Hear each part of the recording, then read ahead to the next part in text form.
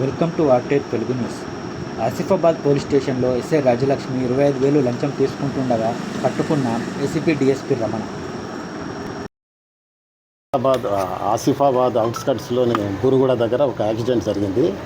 ఆ యాక్సిడెంట్లో నిందితుడు యాహియా ఖాన్, అతను సిసిసి నస్పూర్ నివాసి, మంచిర్యాల జిల్లా నస్పూర్ మండలం. అతన్ని బెయిల్ మీద రిలీజ్ చేయడానికి సిఆర్పిఎస్ 41 నోటీస్ ఇచ్చి, మరియు ఆయన వెహికల్ని పోలీస్ స్టేషన్ నుంచి రిలీజ్ చేయడానికి గాను ఎస్ఐ రాజలక్ష్మి గారు 25,000 రూపాయలు డిమాండ్ చేసి వాటిని ఈరోజు 25,000 తీసుకుంటూ రెడ్ హ్యాండెడ్గా దొరకడం జరిగింది. ఆమెని అరెస్ట్ చేసి స్పెషల్ కోర్టు కరీంనగర్లో మేము ప్రొడ్యూస్ చేయబోతున్నాం. కేసు పరిశోధనలో 25,000